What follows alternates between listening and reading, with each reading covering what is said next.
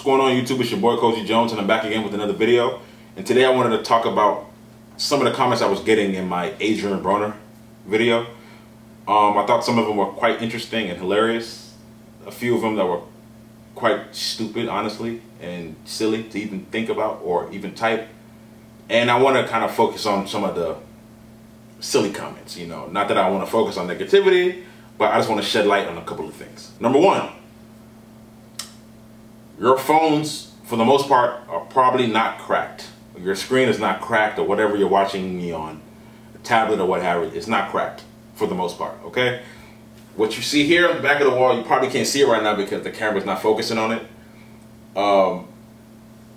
It's a scratch, man. I don't know who did it. It's there. Deal with it. If not, I don't know. Watching me just block that side of the screen, I don't know.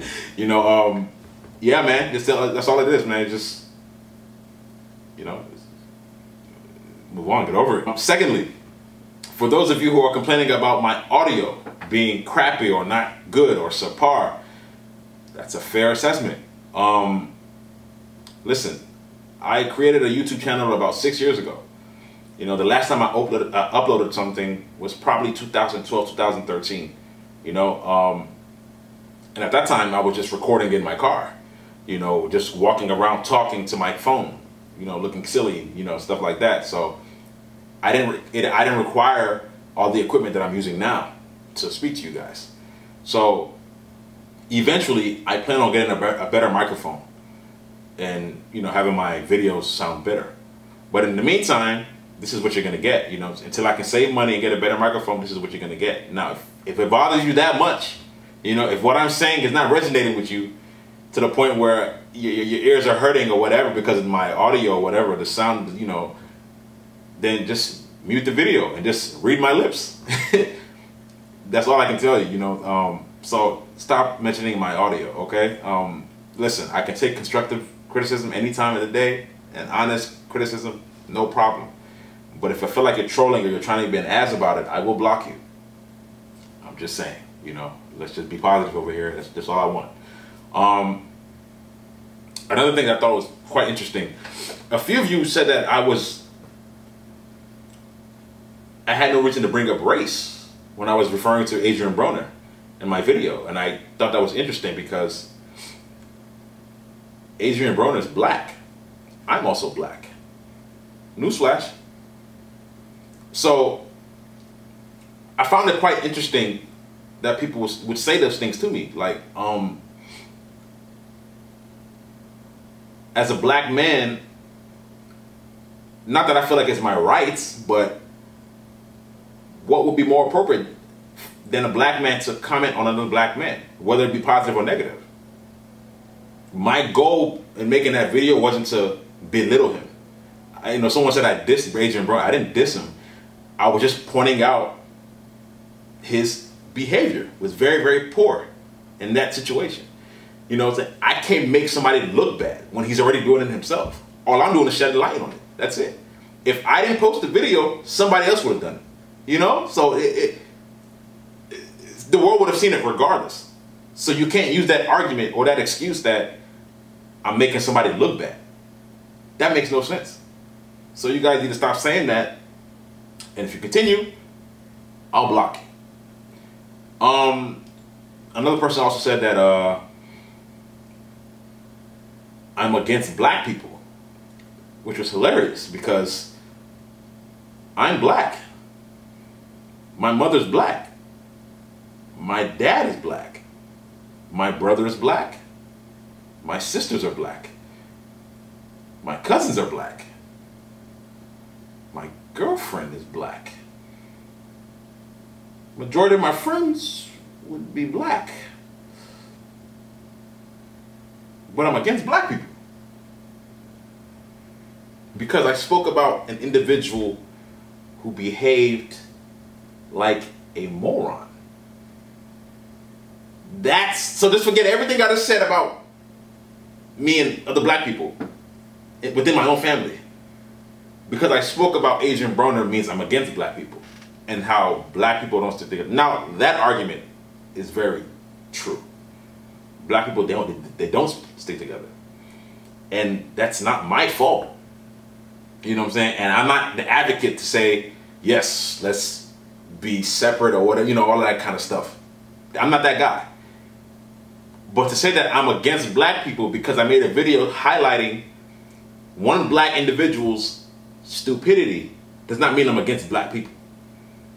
You okay? So let's just kill that narrative right there, right then and there. Another thing that I saw quite a few of was somebody saying that if things are not about skin color, that he doesn't, Adrien Broner, that doesn't represent me or you or, you know, whatever, and which is a fair statement to make. Yes, Adrien Broner, he does not represent me. He doesn't. I'm sure other black people who watch my channel or my videos, he doesn't represent you. But what you fail to realize is that's all fine and dandy to us, but the way that he will be perceived in society or around the world, because, you know, YouTube, everybody got YouTube, you know, except China, right? But the point is, everybody around the world can see, is going to see this video. The real issue I had with his comments in that interview was that he was saying things like, okay, before I get to that, let me finish this point. The perception that other people, whether it be whites, Native American, Hispanic, European, you name it, the perception that they may have of other black people, it's stereotyped by his behavior. So, to the gentleman that I was talking to in the comment section about perception, yes, he doesn't represent, Adrien Broner doesn't represent us individually. You're right, absolutely.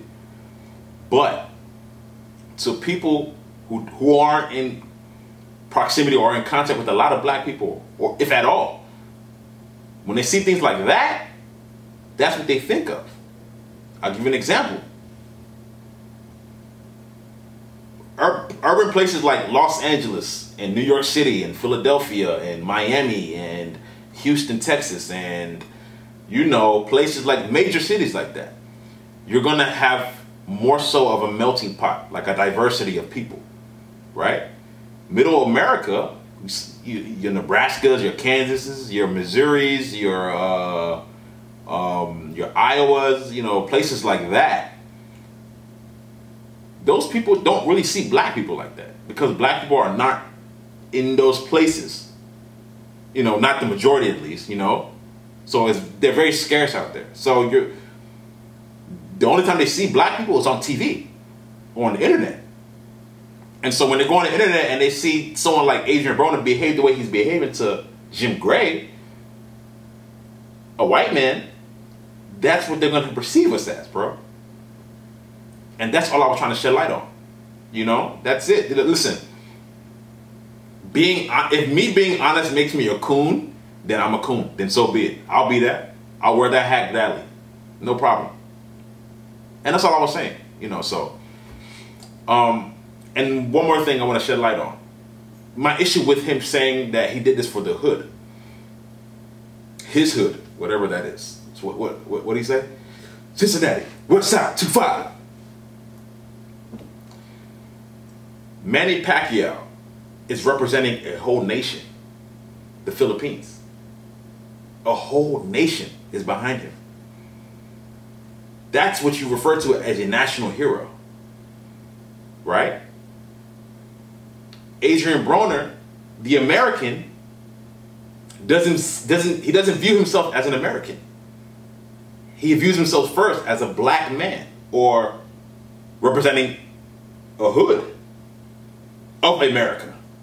So when he says that he did it for his hood, it's strange because the people in the hood are not the ones paying to watch his fight. For the most part, at least. We know this to be true. Come on now. It's an interesting thing for him to say. Instead of him to be more patriotic. Because essentially, this is like a Rocky Balboa, Ivan Drago type of situation. USA-Russia. This is a USA-Philippines. Not that it's actually country versus country, but, you know, you could have built it that way. But a lot of black people have a tribal mentality. we don't look at America, or we don't see ourselves as Americans first. We separate ourselves by skin color. And that's wrong. That's wrong. I had some guy the other day tell me that, man, it's funny you think like that, man. You black. And I said, no, he said something pertaining to my mother. And I said that my mother would never say that she was black. My mother is Nigerian. She'll tell you she's Nigerian first, because most Nigerians, if you go to Nigeria, they don't refer to themselves as black, black, black. That's an American concept, a construct, I should say. This whole construct of society to divide by skin color. You go to Africa, they don't call themselves black people. They call it, they go by their nationality or their tribe, being like for instance in Nigeria, you have Yoruba, Igbo, Hausa, and you know, things like that. Or I'm Nigerian, not that I'm black. And that was my issue with his statement. Manny is representing a whole nation, and you're in your, you know, this little pocket, a hood. You know, it's a narrow mentality to have, man. That's just my opinion, you know. If you don't agree, that's fine, you know. I don't know. That was my problem with his statement. Out of everything he did, you know, him referring to Jim Gill, bring your motherfucking ass. I mean, come on, man. Come on. That man is probably 50 years older than you. You don't speak. Come on, bro. Like, where I'm from, seniority is a big deal.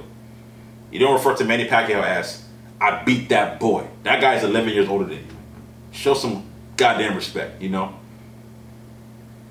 But despite all those things he said, that really stuck out to me. Which is why in my video, I repeated it twice. I did this for the hood. Not his city. Not his state. Where he's from. Not his country. But his hood. Oh, I guess. Hey guys, man, if you like this video, please like, share, subscribe, please. You know, hit that notification bell if you must. If you disagree, tell me what you disagree with. If you agree, tell me you agree. This is Cody Jones, and I'm out.